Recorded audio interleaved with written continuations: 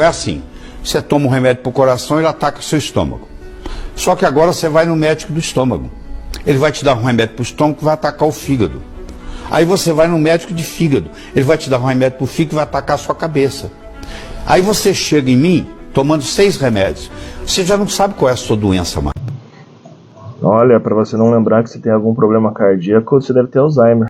Você tem uma doença que é uma combinação dos efeitos colaterais desses venenos, certeza que você está tomando.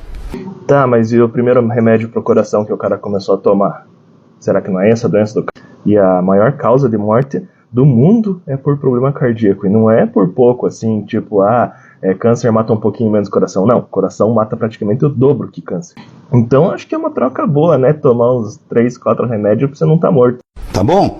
Então tem publicações nos Estados Unidos mostrando que remédio chega a ser, nos Estados Unidos, a 4ª causa principal de morte.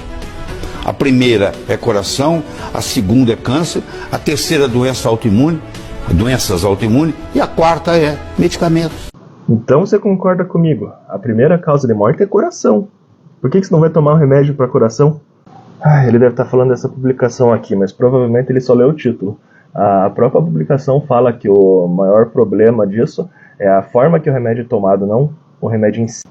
Ou seja, a pessoa toma uma sobredose do remédio, ou então a pessoa toma o remédio junto com alguma outra coisa que não poderia tomar, tipo 2 remédios combinados, ou tem alguma alergia, o que chega a ser um erro médico, do médico não saber bem as contraindicações do remédio, não detectar que a pessoa tem uma certa alergia, ou misturar 2 remédios que não podia.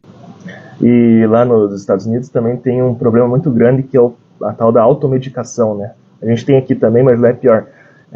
Tem alguns estudos aí falando da questão da automedicação e os motivos da automedicação. Tem vários motivos, nível de escolaridade, idade, mas um dos motivos principais é a questão do custo da saúde lá, né? Porque lá não tem o sistema universal que temos aqui. Então, as pessoas buscam se automedicar, mas para não ter que pagar um médico. E isso sim acaba causando muitos problemas de saúde e mortes. E essa publicação que ele se refere é uma publicação desse cara aqui, que eu não vou nem tentar falar o nome dele, mas esse cara aí, ele faz bastante publicação independente, que não é revisada por pares, e ele é um grande crítico da indústria farmacêutica, tá? As críticas dele, as publicações dele ficam no limiar entre o ceticismo e o conspiracionismo. Ele tem muito argumento muito bom para criticar a indústria farmacêutica, eu recomendo vocês lerem.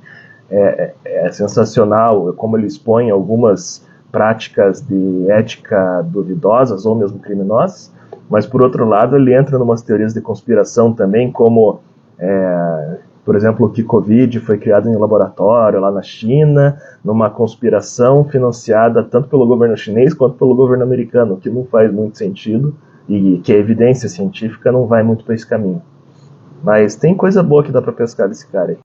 O pobre tinha saúde, o rico era doente, porque o rico bebia, tomava uísque, comia açúcar, entendeu? Tomava remédio, o pobre não tinha remédio.